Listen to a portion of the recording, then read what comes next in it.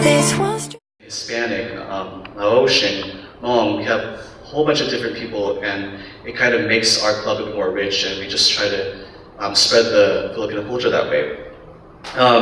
Since culture is one of our main things to do, one of our big events that we do every year is called Filipino Culture Night. It's called PCN. If you're in the crowd, are most likely going to be part of it, so that's going to be great.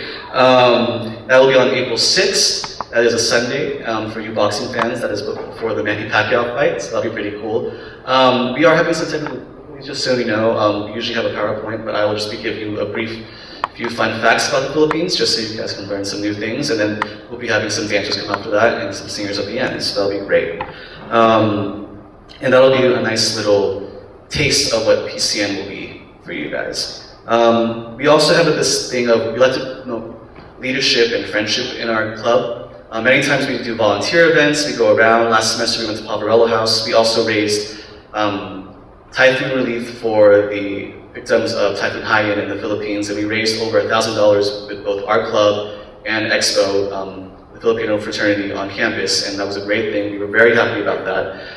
Every year we also go to the LA area for friendship games, which is a big thing where every Filipino club comes together and we just basically play games. It's almost like a leadership kind of exercise, and it's very good. It's really great. And over time, many of us have become bonded and really felt like a family after all this. It's a big thing with our club, is this sense of family and leadership and culture. And that's what we try to promote, and a lot of people have felt that way. Myself included after coming here as a freshman. It's been very good.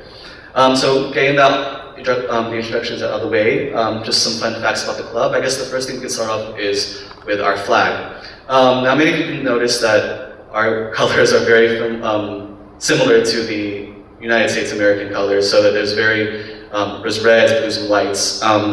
What it is, it's two bands of colors. There's blue and red, and white in a triangle with a sun in the center and then stars on the side. So, for those of you who don't know what it means, the sun has 8 rays. Those 8 rays are the 8 provinces that first stood up against Spain.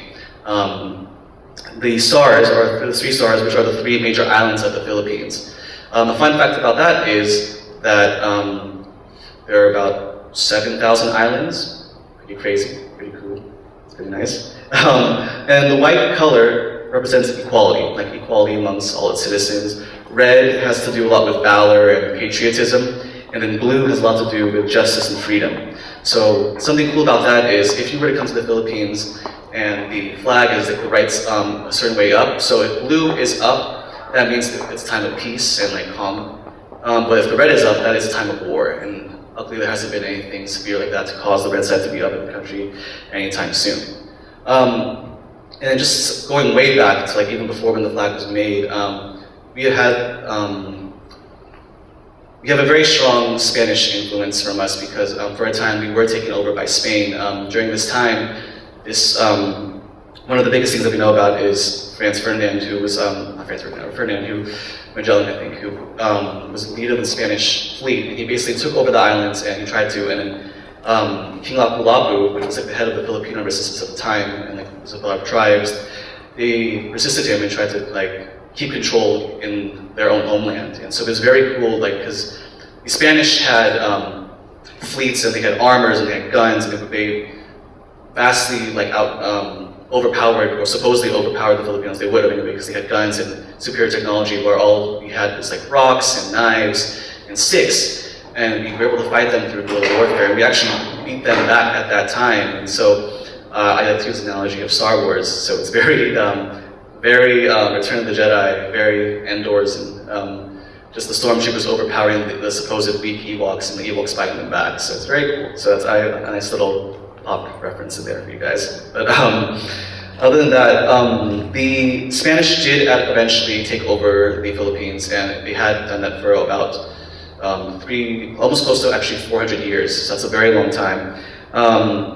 It was in 1896 where the Philippines finally decided to declare their independence from Spain. And it took many years for them to finally fully get that. During the 1940s, actually, when the US were helping the Filipinos because of the Japanese invading the islands during World War II, that was a very big thing, and they helped the Filipinos settle and basically get their independence more declared. And so, if you notice, we have very strong influences of Spanish and American influences, like both in our names and even like just some of our languages and our customs and our cultures. And then going into languages, there are actually about 175 languages in the Philippines. As of right now, only 171 are spoken because 4 of them have been lost over time. These include things like Ilocano and Tagalog, which are some of the more major ones. And then when it comes to religion, we are predominantly a Roman Catholic culture. So I think it's about 80% of our population is actually Roman Catholic. Even for those who come to the States, many of us at Catholic churches. But there's also a mixture of other things as well. There's also Muslim and Protestant and Buddhism as well. So it's also, again, a little rich diversity, but again, Catholic is the main one. When it comes to things that are very important to the Filipino cultures, family is one of the big things. I know that's a thing with many other cultures as well, but family is one of our things. It's a lot about respect and loving each other and spending time with your family, making sure you make an effort to do that.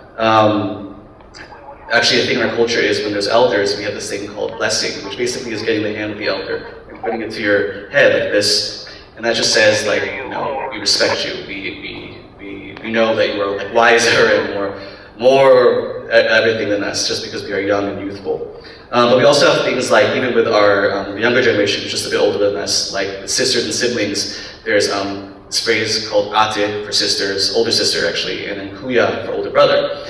Example is in my family, one of my older sisters, her name is Magkaisa, but I call her Mika for short, and so I make it Ate Mika. And so that's a big thing. It's also in other families as well.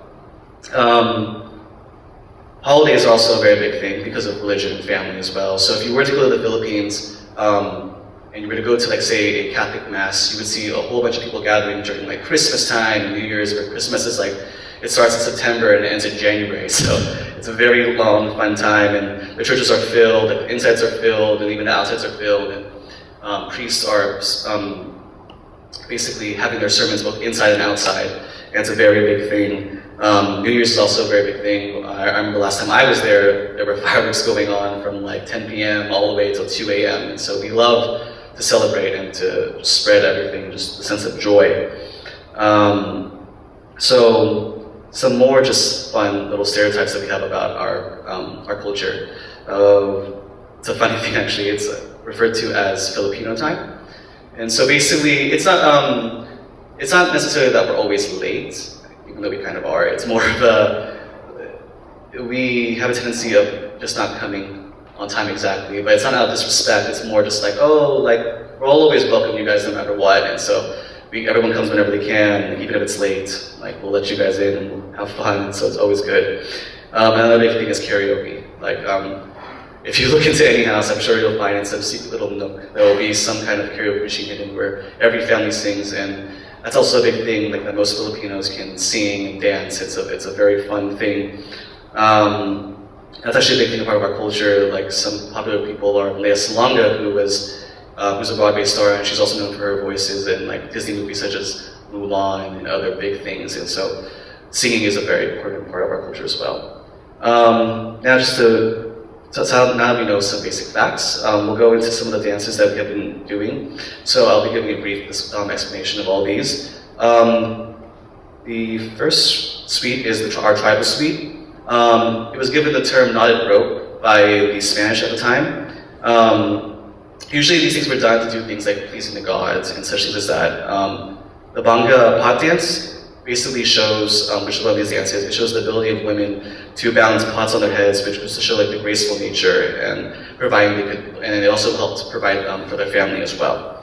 The barrio or rural suite, one of the major dances in that is the tinikling, which is widely known. It's a very popular dance in the Philippines. It imitates the tinikling bird, and its ability to basically avoid the farmer's traps and show the grace of our club, which we will be doing at this year's BCN as well.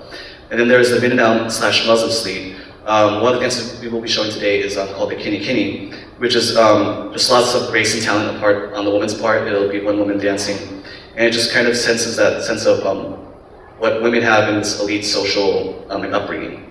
And our final suite, I'll be talking about is Maria Clara, which is very romantic. It's very flirtatious, and if you notice, they'll have very lots of Spanish influence, just both in the music and in the style of the dancing. So that being said, I know we have a few performers who will be doing parts of the Maria Clara Suite. And so that will be Arceli, Carlos, Dan, Tiffany. And they will be doing the Carnosa, which will show the spontaneous nature of the dance. So thank you. This was just meant to be. You'll be coming back to me, 'cause this is pure love.